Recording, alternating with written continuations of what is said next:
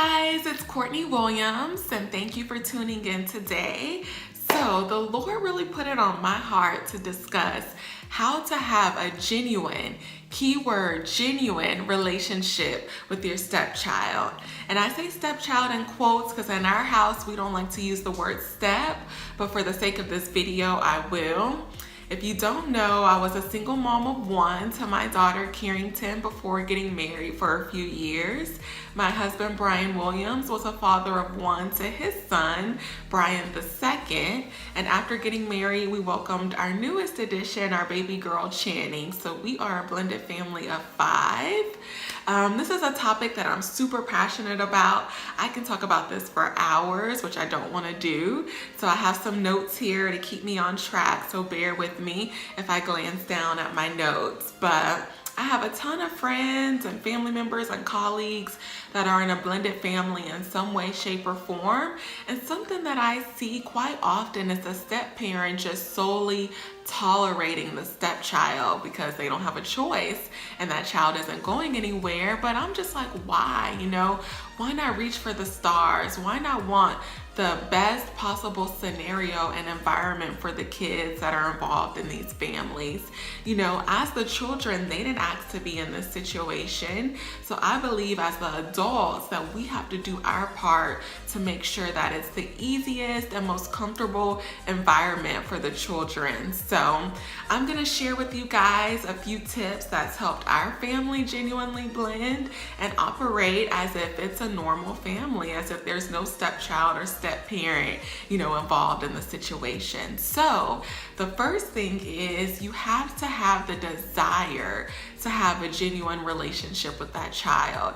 If you could care less, if you don't care either way, then 9 times out of 10, the chances of you having a true, genuine relationship with that child it's not gonna happen, So you have to have that desire, and it may not happen as naturally as you think that it would. So if you find yourself in a situation where you don't have a desire to have a relationship with that child, if you could care less, I believe that the only thing that you can do is pray that God is the only person that can implant that desire in your heart and in your spirit to have a true relationship with that child. Even if you have to pray every day, Lord, let me love this child as if he or she is my own. Let me look at this child out of the same eyes that I look at my own child out of.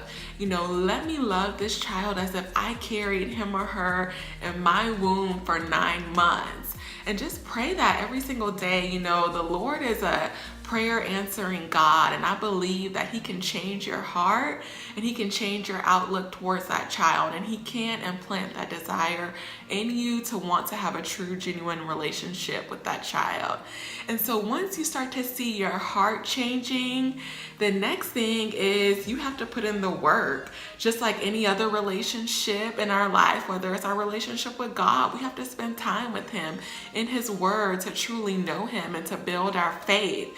Whether it's your relationship with your spouse, you have to put in the work and the time to build that relationship. Whether it's your relationship with friends, you have to put in that work and the time to build a mutual friendship and a mutual trust. So the same goes for our stepchildren. We have to put in work to build that foundation and to build trust. And I believe when kids are involved, trust is the biggest factor that you have to work on. But like I said, you have to put in that work. I naively thought that when we were blending families, our kids were so young. When we first started dating, my husband and I, my daughter was just about 2 years old and his son was 3 years old. So I thought, well, our kids are so young, we may not have the difficulties that come with blending families with older kids, let's say teenagers, where you deal with attitudes and, you not my mom or you not my dad, or them just being more aware of what's going on. I thought since our kids were so young, they're practically going to grow up with, me and my husband, and we'll just be like a second parent to them. And we were just going to march off into the sunset as this cute, happy little blended family. And that wasn't the case. In the beginning, it was a lot of hard work.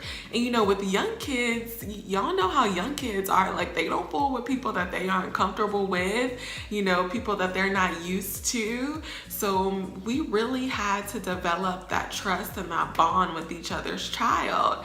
And one thing that worked for us is finding, what that child enjoyed.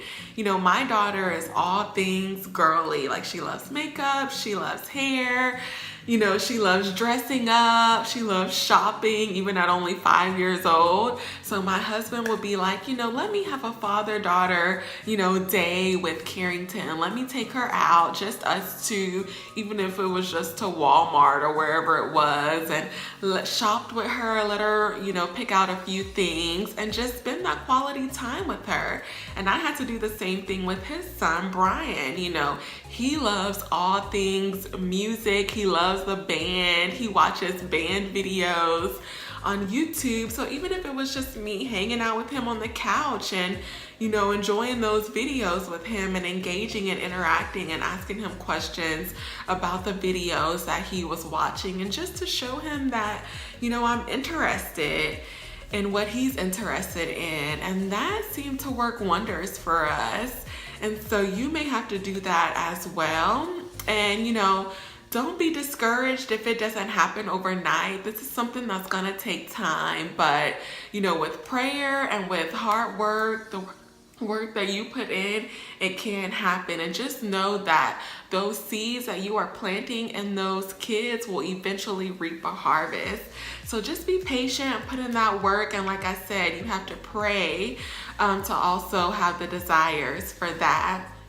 And lastly, I had to realize that this fight was not physical, but spiritual. The enemy doesn't want to see these families blend. The enemy wants to see a bunch of confusion, wants to see a bunch of drama. Blended families have the reputation of being drama filled, having baby daddy, baby mama drama. The enemy wants to see all that. He doesn't want to see you genuinely blend. He doesn't want to see these families operate as if they're a normal family. I had to tell myself when we were getting tested, in the early stages of blending our family, that the Lord has given us, I guess, this platform to be, a good example to others that blended families can work. They can be drama free, and the enemy didn't want to see that happen. So when we were tested, I had to tell myself, Courtney, this fight is spiritual and not physical. And you have to fight this fight, in the word. You have to pray. You have to put in the hard work. You can't get weary, in the steps and hard work that you're putting towards blending this family and developing this relationship with your now son. And so I just had to pray. When we would get tested, I would get on my knees, I would get in my Bible, and I would say, Lord, this is your will. You gave me and my husband a second chance at love, a second chance at a family, and we know that this is your will and you would see it through. So when we're getting tested, just give me the strength and the patience and the faith to know that everything will work out according to your will. So, recap. Pray. You have to pray for the desire to have a relationship with that child. You have to put in the hard work. You cannot grow weary or grow tired in, the fight of trying to genuinely blend your families. I am rooting for you guys. If you have any other specific questions in regards to blending families, leave them in the comments. Feel free to DM me. Like I said, this is something I'm so passionate about, and I try and help others and other families in this situation in any way, shape, or form that I can. I hope this helped you today, and have a great day, guys. I'm really rooting for you guys. Bye. We dance, we dance, we dance.